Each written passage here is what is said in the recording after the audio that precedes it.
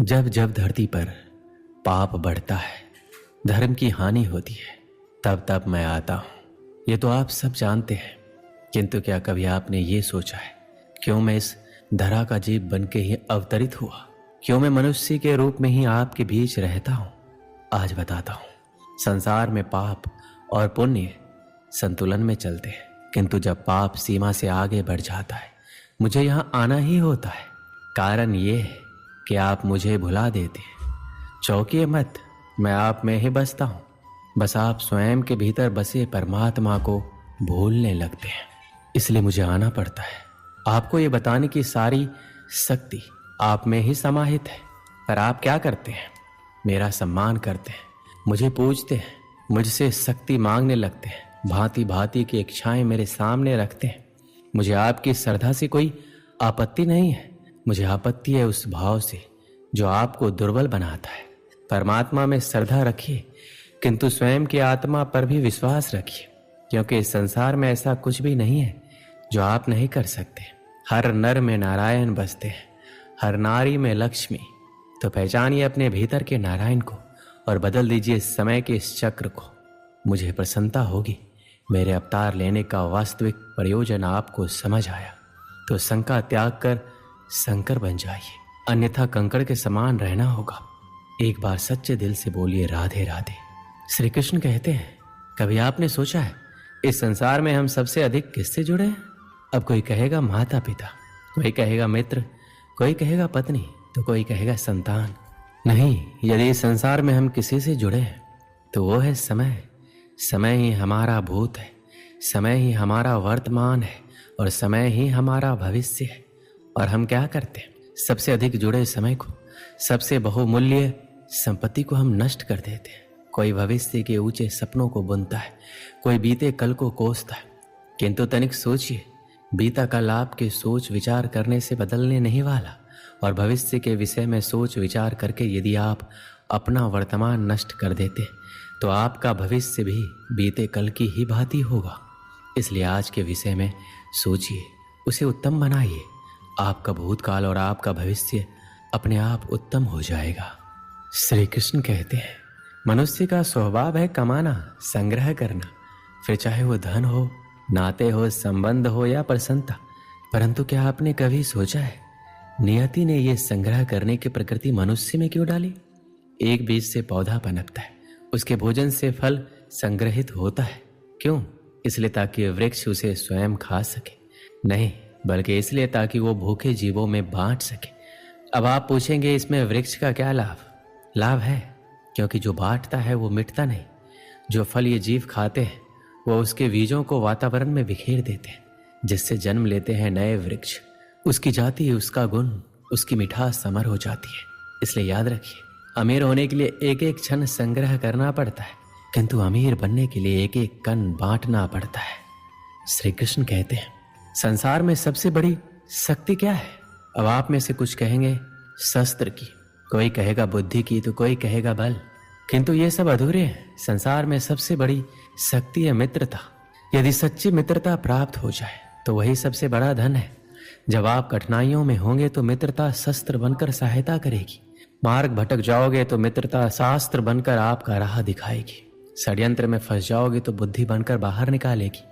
अकेले हो जाओगे तो ममता बनकर साथ निभाएगी। तो यदि इस संसार में कुछ कमाना है तो धन नहीं, मित्रता कमाओ। स्मरण रखिएगा, यदि इस संसार में मित्रता बनाना आपकी सबसे बड़ी दुर्बलता है तो आप इस संसार के सबसे शक्तिशाली प्राणी हैं। श्री कृष्ण कहते हैं, जब से मनुष्य जाति का अस्तित्व बना है तभी से युद्ध भी अस्तित्व में आया। युद्ध जो कभी धन का द्वंद्व बन के सामने आता है तो कभी सुरक्षा का हथियार बनकर, कभी विजय की भूख के लिए तो कभी पराजय टालने के लिए। किंतु वास्तविकता तो ये है, यदि आपको आगे बढ़ना है तो बाधाओं से युद्ध तो करना होगा, परंतु युद्ध के लिए सज्ज रहना इतना महत्वपूर्ण नहीं जितना महत्वपूर्ण है ये समझना कि युद्ध को टाला कब जा सकता है। क्योंकि सबसे सफल युद्ध वही होता है जो कभी लड़ा ही ना चाहे। आप युद्ध में विजय प्राप्त करके स्वयं का मान तो बढ़ा लोगे, किंतु अपना बल खो दोगे। इसलिए जहां तक हो सके युद्ध को टालो, इस शक्ति को संग्रहित करो, ताकि जब ये युद्ध धर्म बन के सामने आए आप उसे पूरे बल के साथ लड़ सको। श्री कृष्ण कहते हैं, मन बड़ी ही विचित्र कृति है। ये मन शरीर के किस अंग में बसता है कोई नहीं जानता, किंतु संपूर्ण शरीर इस मन की इच्छा साकार करने के लिए प्रयास करता रहता है। अब यदि मन कुछ खाने का करे तो व्यक्ति उसकी इच्छा साकार करने का माध्यम ढूंढता रहता है।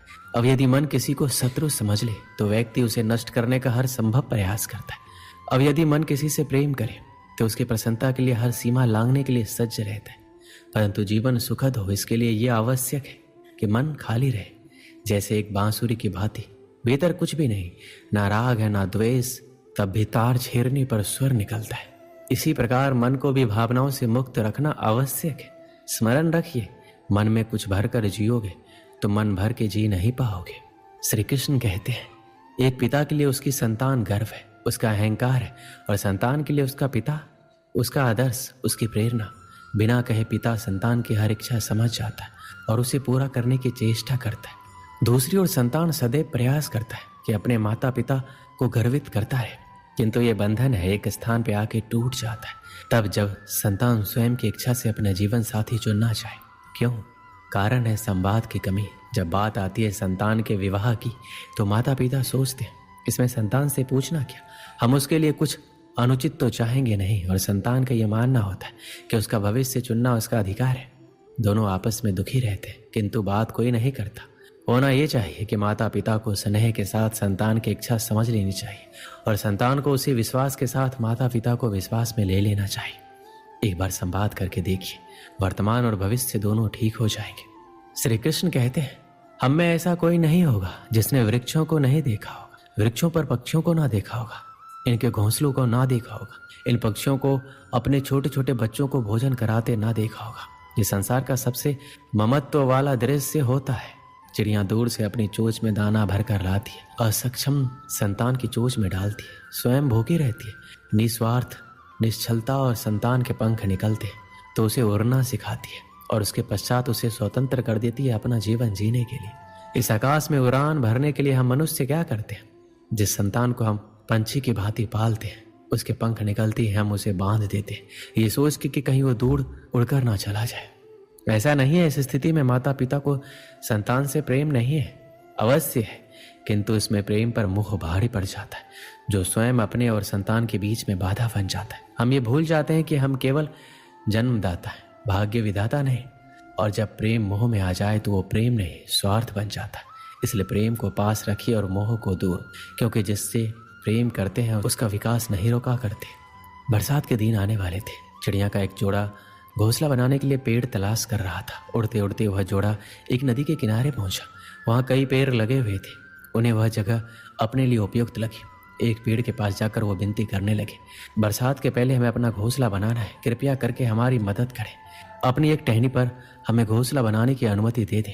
पेड़ ने उन्हें इनकार कर दिया। पेड़ के इनकार से चिड़िया के जोड़े को बहुत बुरा लगा। जाते जाते वो बोले, इतना अहंकार अच्छा नहीं है, एक दिन तुम भी टूटोगे और तुम्हारा अहंकार भी। पेड़ कुछ कह पाता उससे पहले वो उड़ गए। उड़ते उड़ते वो नदी के पास स्थित जंगल में पहुंचे। वहां एक पेड़ से घोंसला बनाने की अनुमति मांगी। पेड़ सहज तैयार हो गया। चिड़िया का जोड़ा उस पेड़ पर घोंसला बनाकर खुशी खुशी रहने लगा। बरसात का मौसम आ गया, लेकिन अब वो दोनों अपने घोंसले में सुरक्षित थे। एक दिन आंधी तूफान के साथ घनघोर बरसात हुई और वह पेड़ टूट कर गिर गया, जिसने चिड़िया के जोड़े को अपनी शाखाओं पर घोंसला बनाने की अनुमति नहीं दी थी। तूफान थमा और बरसात बंद हुई तो चिड़िया का जोड़ा नदी के पास पहुंचा। वहां उन्होंने उस पेड़ को नदी की तेज धार में बहते देखा। वो दोनों बहुत खुश हुए और पेड़ से बोले, हमने कहा था ना कि एक दिन तुम भी टूटोगे और तुम्हारा अहंकार भी। आज वो दिन आ गया, ये तुम्हारे कर्मों का फल है। पेड़ ने कहा, तुमने मुझे गलत समझा था, मैं पहले से जानता था मैं टूट जाऊंगा। मेरी जड़ें मिट्टी का साथ छोड़ रही थी, शाखाएं कमजोर हो गई थी, इसलिए मैंने उस दिन तुम्हें इनकार कर दिया था। तुम मेरी शाखा पर घोंसला बनाते तो आज जीवित ना रहते, लेकिन तुम्हें मेरा इनकार बुरा लगा, उसके लिए क्षमा।